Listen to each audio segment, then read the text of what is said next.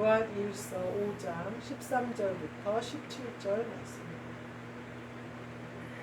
제가 읽겠습니다. 내가 하나님의 아들의 이름을 믿는 너희에게 이것을 쓰는 것은 너희로 하여금 너희에게 영생이 있음을 알게 하려 함이라. 그를 향하여 우리가 가진 바 담대함이 이것이니 그의 뜻대로 무엇을 구하면 들으시니라. 우리가 무엇이든지 구하는 바를 들으시는 줄을 안즉 우리가 그에게 구한 그것을 얻은 줄을 또한 아느니라. 누구든지 형제가 사망에 이르지 아니하는 죄 범하는 것을 보거든 구하라. 그리하면 사망에 이르지 아니하는 범죄자들을 위하여 그에게 생명을 주시리라. 사망에 이르는 죄가 있으니 이에 관하여 나는 구하라 하지 않노라. 모든 불의가 죄로 돼 사망에 이르지 아니하는 죄도 있도다. 아멘. 오늘 말씀은 사망에 이르지 아니하는 죄. 그러지 말고 오늘 말씀 사망에 이르지 않는 죄. 오늘 본문 말씀에 보면요 사망에 이르는 죄가 있고 사망에 이르지 아니하는 죄가 있다는 거예요. 18절 말씀에 보면 나와요. 사망에 이르는 죄. 16절 말씀에 사망에 이르는 죄가 나오고 17절 말씀에 사망에 이르지 아니하는 죄도 나와요. 13절 말씀에 뭐가 나오냐면 영생이 나와요. 영생이 뭐죠? 영원히 죽지 않는 생명을 말씀하시죠. 그 생명이 어디서 오냐? 하나님의 아들의 이름을 믿는 너희에게 이것을 쓰노니 이렇게 얘기해요. 그러니까 하나님의 아들을 믿는 우리에게는 영생이 있다는 거예요. 이 영생은요, 우리가 예수님을 영접한 순간 이미 우리에게 이루어진 거예요. 그래서 우리는 지금 우리가 살아있잖아요. 살아서 예수님을 믿고 있잖아요. 죽지 않는다는 거예요. 저는 그 말씀이 너무 믿어져요. 그 말씀이 아멘이에요. 이 영생이 하나님의 아들을 믿는 믿음으로 우리가 고백하면 그 아들은 우리 안에 오시고 그 아들이 영생이세요. 그러니까 우리가 영접함과 동시에 영생을 얻는 거예요. 그러니까 생명이 곧 예수님이시라는 거예요. 그래서 예수님을 구주를 고백하고 영접하는 사람, 그 예수님이 하나님께서 보내신 하나님의 아들이라는 걸 믿는 자에게 영생이 이미 임한 거예요. 그러니까 죽지 않는다는 거예요.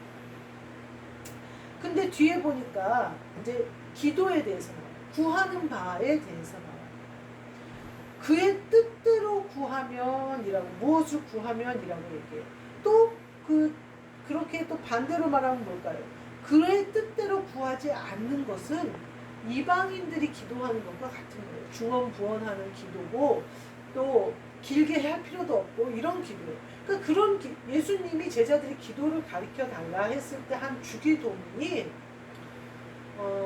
완벽한 기도는 예수님이 가르쳐 주신 제자들에게 기도를 가르쳐 주신 완벽한 기도지만 사실은 완벽한 기도는 성령님이 우리 안에 오셔서 성령님이 간구하시는 기도가 완벽하겠죠. 그 간구가 예수님이 물론 주기도문으로 가르쳐주는 기도문도 빼고 더할 것이 없이 너무나 좋은 기도문이지만 그 기도문을 할 만한 믿음을 가진 사람들이 할 기도로서는 최선의 기도를 예수님이 알려주셨어요. 그러나 후에 성령을 받고 성령님을 직접 모신 사람들이 하는 기도는 그 성령님이 간구하시는 기도가 될 것이고 그 기도는 하나님의 마음을 아는 기도잖아요. 성령님은 모든 것을 통달하시는 거예요. 하나님, 성부 하나님, 성자 예수 그리스도, 성령님, 이 세 분은 삼위일체세요. 한 분이시라는 거예요. 그러니까 하나님 아버지가 곧 성령님이시고 성령님이 곧 하나님 아버지시고 하나님 아버지가 곧 예수 그리스도시고 예수 그리스도가 곧 하나님이시라는 거예요. 빌립이 예수님한테 하나님을 보여주시면 좋겠나이다. 그러니까 예수님이 아니 3년 동안 나를 다녀놓고 너는 하나님을 보여달라고 하느냐. 네 눈앞에 있지 않냐 이 말씀이죠. 나를 본 자는 곧 아버지를 보았느니라 이렇게 말씀하시잖아요. 그러니 그 성령님이 우리 안에서 간구하시는 것만큼 완벽한 기도는 없겠죠.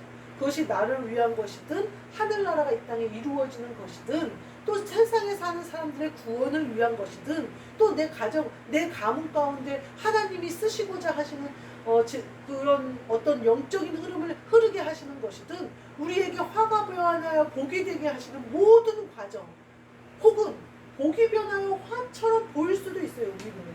그러나 그것이 우리에게 유익한 거죠. 성령님이 보시면 유익한 거죠. 왜냐하면 우리는 지금 1분 앞도 몰라요.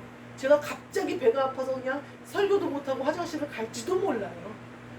이것은 우리가 잠깐 이 앞의 일도 모른다는 거예요.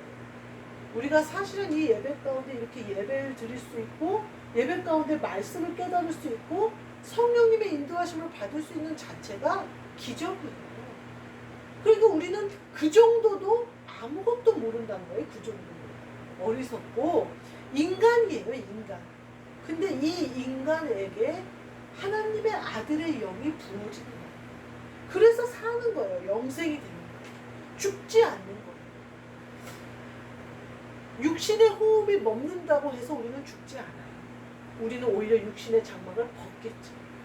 저는 그럴 것 같아요. 육신의 장막을 벗을 때 진보다리 벗는 것 같지 않을까 이런 생각이 들어요.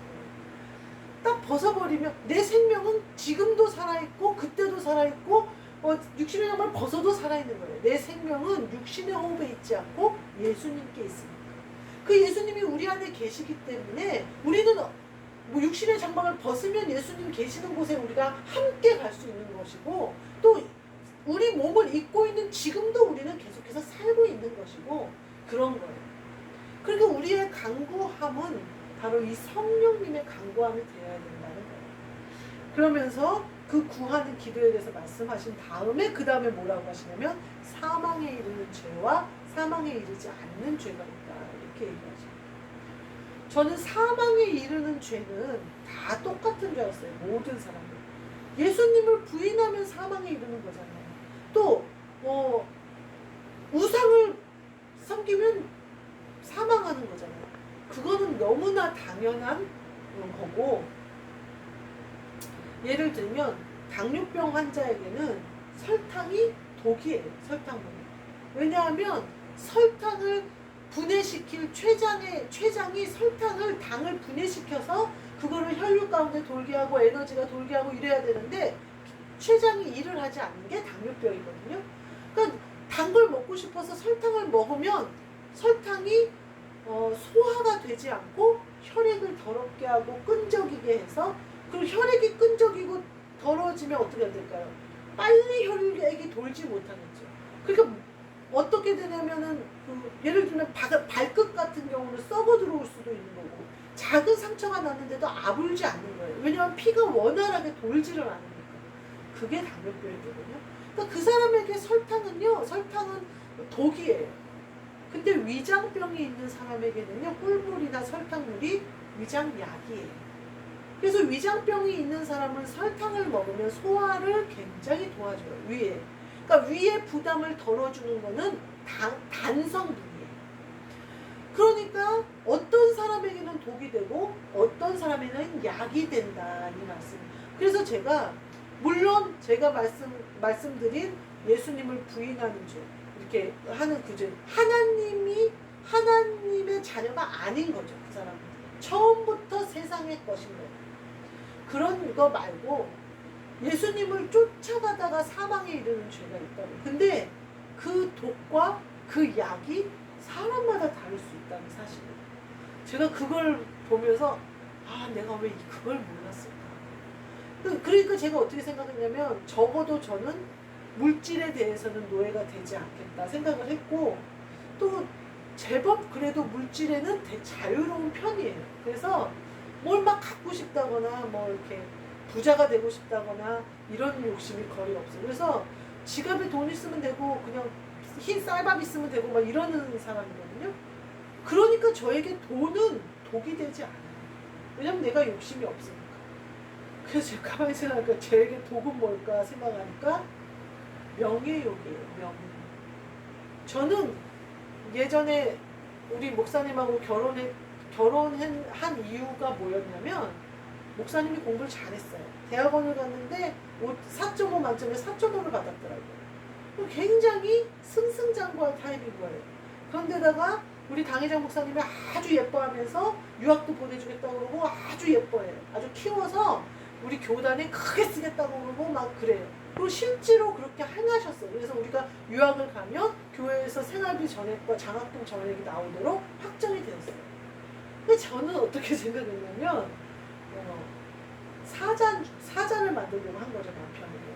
그래서 그때 목사님이 한국 기독교 총연합회 총회장이었고 뭐 청와대도 들락달락 하니까 하여튼 한국 기독교를 대표하는 분이었어요. 저희 담임 목사님. 그 정도 자리에는 설 줄 아는 거예요. 그렇게 생각을 한 거예요. 그러니 결혼을 했어요. 근데 남편은 전혀 그럴 생각이 없어요. 사자가 될 생각이 없어요. 근데 나 혼자 사자를 만들려니 나 혼자 막 명예욕에 불타니 얼마나 남편을 달달 볶아겠어요.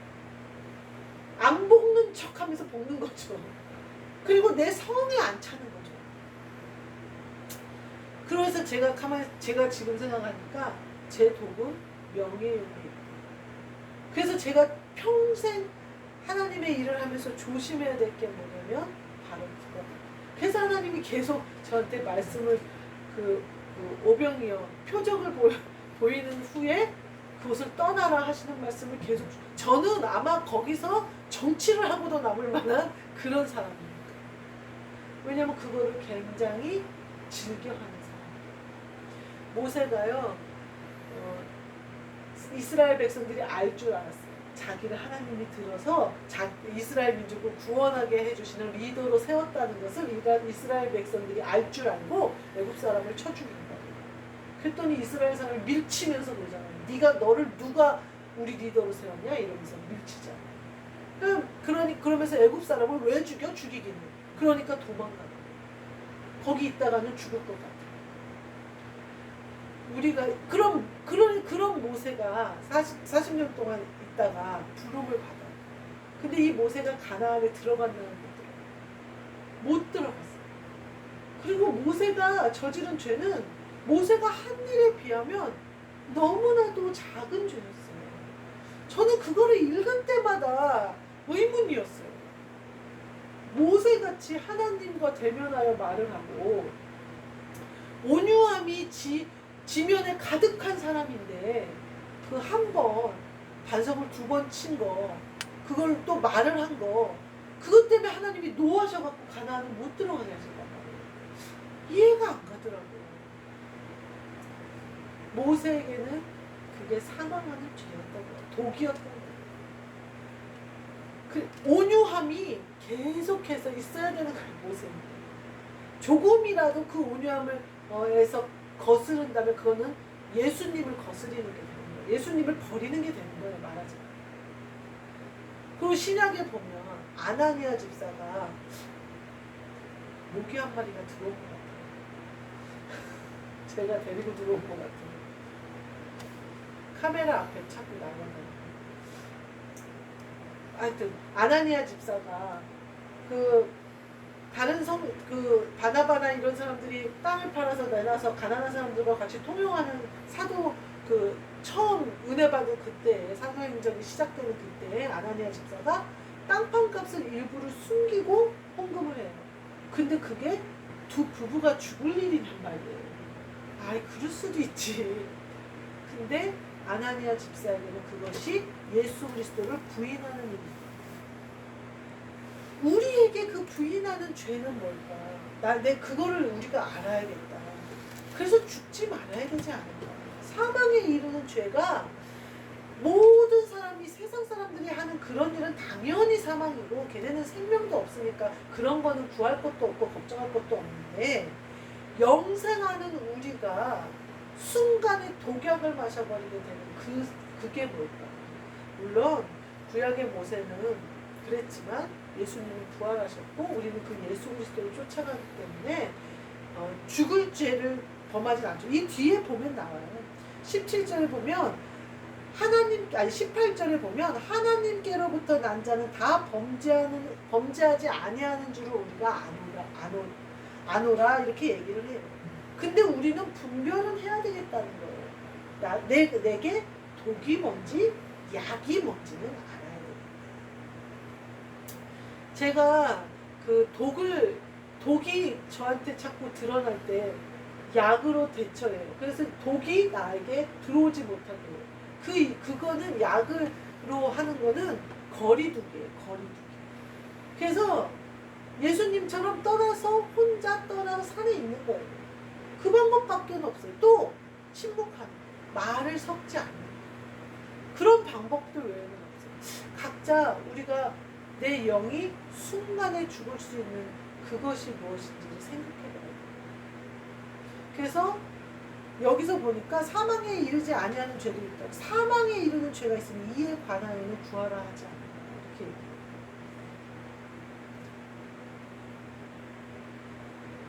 우리가 그리스도 예수의 복음을 받은 그리스도 예수 안에 있는 자들이 된 복이 뭔지 아세요?